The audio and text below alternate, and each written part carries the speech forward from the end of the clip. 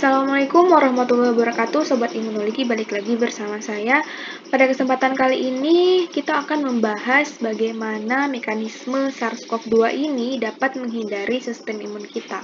Jadi, yang dimaksud dengan imun evasi ini adalah bagaimana si SARS-CoV-2 ini masuk ke dalam sel, tapi dapat meredam sistem imun kita. Jadi dia membuat sel kita seolah-olah tidak terinfeksi, sehingga dia dapat bereplikasi dengan leluasa dan juga menyebar ke sel-sel yang lainnya. Jadi kayak seolah-olah tidak terjadi apa-apa padahal dia sedang merencanakan sebuah rencana yang sangat busuk gitu.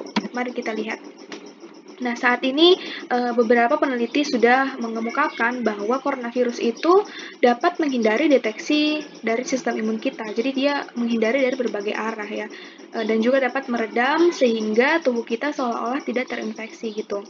Nah, hal inilah yang melatar belakangi kenapa waktu inkubasi dari SARS-CoV ini agak lama gitu, berbeda dengan influenza yang notabene-nya hanya sekitar 1-4 hari.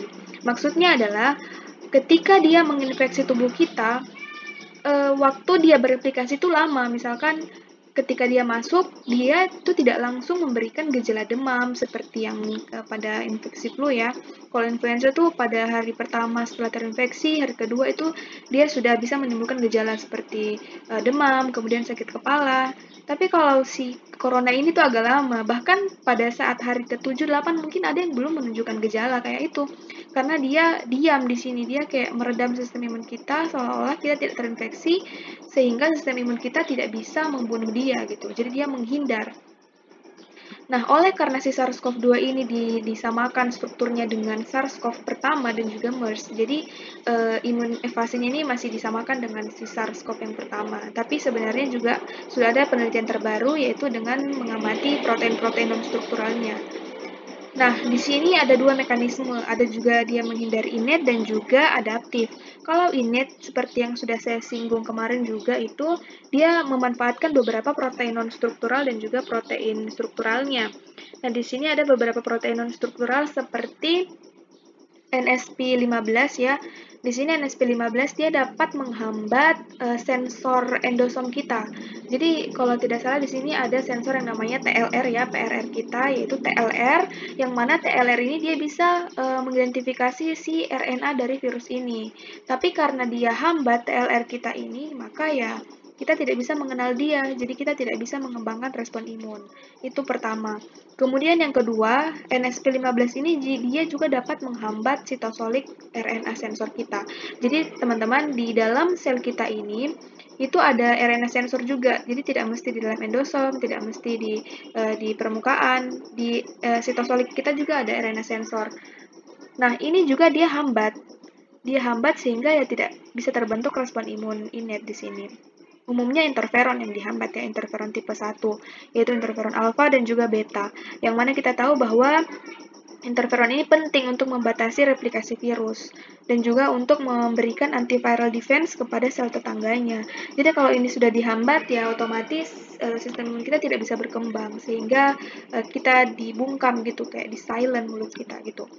Nah, selain itu di sini juga ada NSP16 ya. Jadi NSP16 ini dia sama ya menghambat MDA5 juga sebenarnya, yang mana pada akhirnya persinyalan akhir dia menghambat faktor transkripsi IRF3 dan juga NF-kappa B, yang mana kita tahu ini penting untuk mengembangkan proinflamasi. Sehingga ya pada akhirnya interferon tipe 1 pun tidak terbentuk.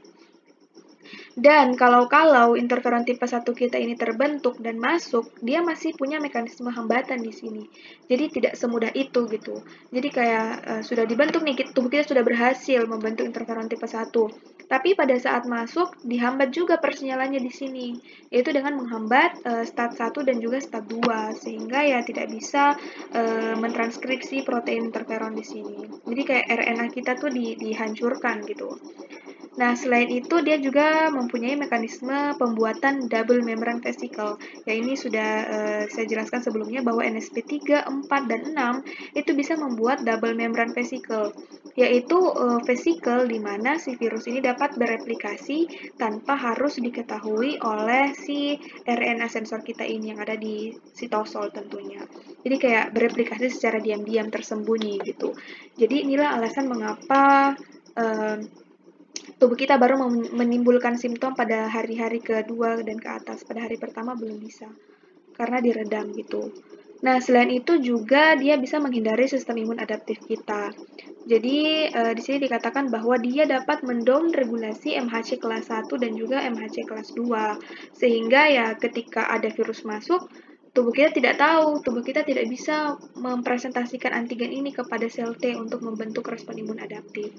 Pada akhirnya di sini sel T aktivasi akan sangat-sangat berkurang. Itulah cerdasnya si SARS-CoV-2 ini.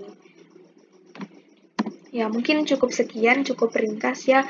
Untuk berikutnya saya akan bahas tentang diagnosis dan juga hematologi dan imunologi marker dalam infeksi SARS-CoV-2 ini.